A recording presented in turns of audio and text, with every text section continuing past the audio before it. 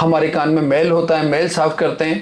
تو کان کا میل صاف کرنے کا طریقہ اللہ پاک نے خود ہمارے کان کے اندر ایک میکینزم بنا رکھا ہے، جس میں ہوتا ہے کہ جب ہم کبھی سو کے اٹھتے ہیں دیکھتے ہیں تو کان سے ہمیں کچھ ذرات محسوس ہو رہے ہوتے ہیں، وہ میل نکل رہا ہوتا ہے.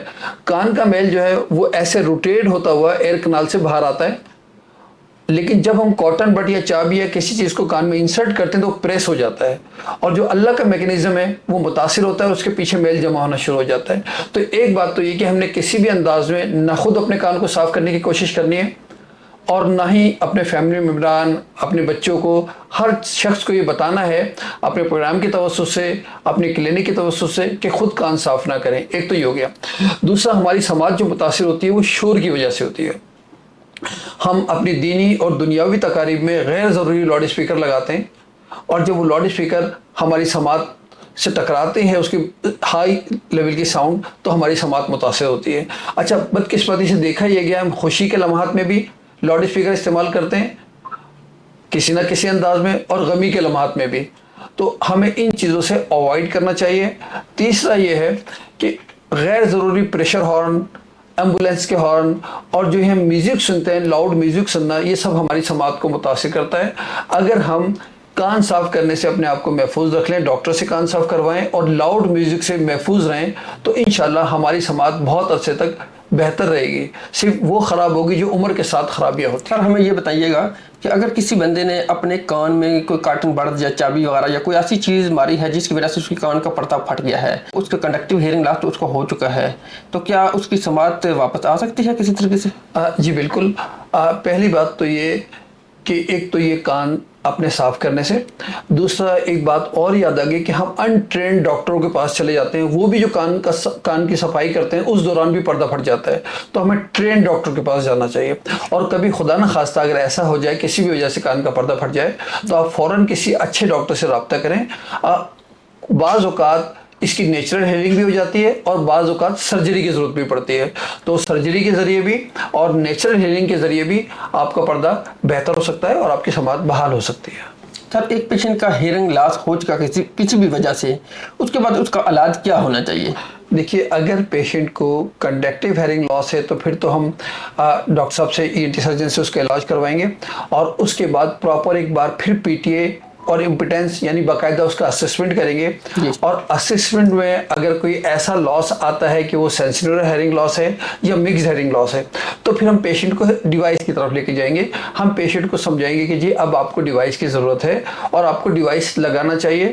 ڈیوائس لگاتے وقت ہمیں آڈیولوجسٹ کو یہ خیال رکھنا چاہیے کہ پیشنٹ کی ایج کتنی ہے، پیشنٹ کا پروفیشن کیا ہے، اور پیشنٹ کس طرح کون سا آلہ پیشنٹ کے لیے بہتر رہے گا. تو سلیکشن آف ہیئرنگ ایڈ یہ ایک بہت بڑا ٹاپک ہے، اس پہ بھی ہم وقتاً فوقتاً ڈسکس کرتے رہیں گے. سر جس وقت ہیئرنگ لاس ہو چکا ہے تو کون سی ڈگری میں پیشنٹ کو کون سا ہیئرنگ ایڈ بہتر رہے گا؟ اچھا دیکھیے، اب دیکھنا ہمیں یہ ہے کہ ایک بچہ ہے، اگر وہ سیویئر لیول پہ سن رہا ہے اور اس کی ایج 12 سال سے کم ہے، تو ہم اس کو behind the ear BTE hearing aid تجویز کریں گے، کیونکہ وہ اس کو آسانی سے ہینڈل کر سکتا ہے. 12 سال سے چھوٹا بچہ کان کے اندر والے آلے کو سنبھال نہیں سکے گا.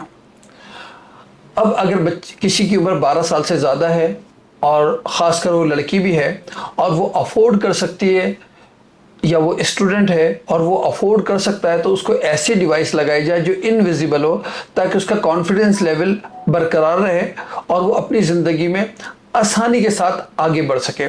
اچھا، اس دوران ہمیں یہ ضرور خیال رکھنا ہے، کیونکہ اس ایج کے بچے لرننگ کر رہے ہوتے ہیں اور سماعت کے بغیر سیکھنا بہت مشکل ہے. بچہ جتنا اچھا سنے گا وہ اتنا اچھا بولے گا. اگر بچے کو ہم اچھا آلہ نہیں لگائیں گے تو بچہ بہتر نہیں سنے گا، اور جب بچہ بہتر نہیں سنے گا تو اس کی اسپیچ میں کلیئرٹی نہیں ہوگی. تو ہمیں یہ خیال رکھنا چاہیے کہ جو لرننگ ایج کے بچے ہوتے ہیں ان کو ہمیں بہترین آلے لگانے چاہیے، اور اسی طرح جو سینئر سٹیزن ہوتے ہیں ہمیں ان کو دیکھتے ہوئے کہ اگر وہ آلے کو آسانی سے ہینڈل نہیں کر سکتے تو ان کو باڈی وان بھی لگایا جا سکتا ہے. اور ضروری نہیں کہ سینئر سٹیزن کو ہم دونوں کانوں میں لگائیں، اگر وہ ایک کان سے بھی ان کا گزارا ہو رہا ہے تو آپ ان کو ایک کان میں بھی لگا سکتے ہیں. دوسرا یہ خیال رکھا جائے کہ ان کو ہیئرنگ ایڈ لگانے کے بعد شور نہ آئے، ان کی لائف کمفرٹ ہو. اور یہ جو لوگ جو بازار سے آلے خرید لیتے ہیں، ہمیشہ آڈیولوجسٹ سے آلہ لینا چاہیے، اپنی رپورٹ کے مطابق آلہ لینا چاہیے۔ یہ جو آپ 2000 3000 5000 کے آلے مختلف میڈیکل اسٹور سے خرید لیتے ہیں، یہ آپ کی سماعت کو ڈیمیج کرتے ہیں، اور اتنا ڈیمیج کرتے ہیں کہ اس کے بعد ہیئرنگ ایڈ بھی آپ کے لیے فائدہ مند نہیں ہوگا۔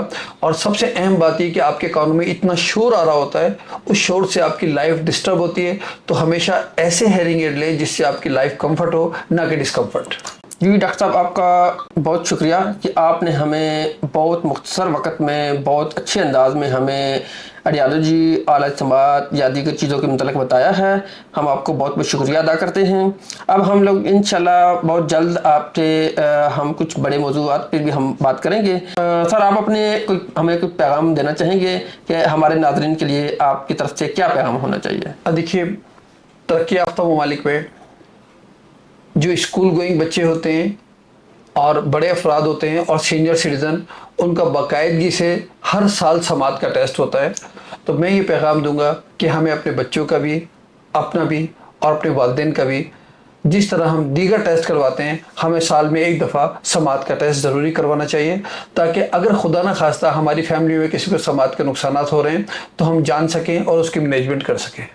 بہت شکریہ۔ بہت شکریہ ناظرین کہ ڈاکٹر صاحب نے ہمیں بہت اچھے انداز میں آڈیالوجی کے متعلقہ بتایا ہے۔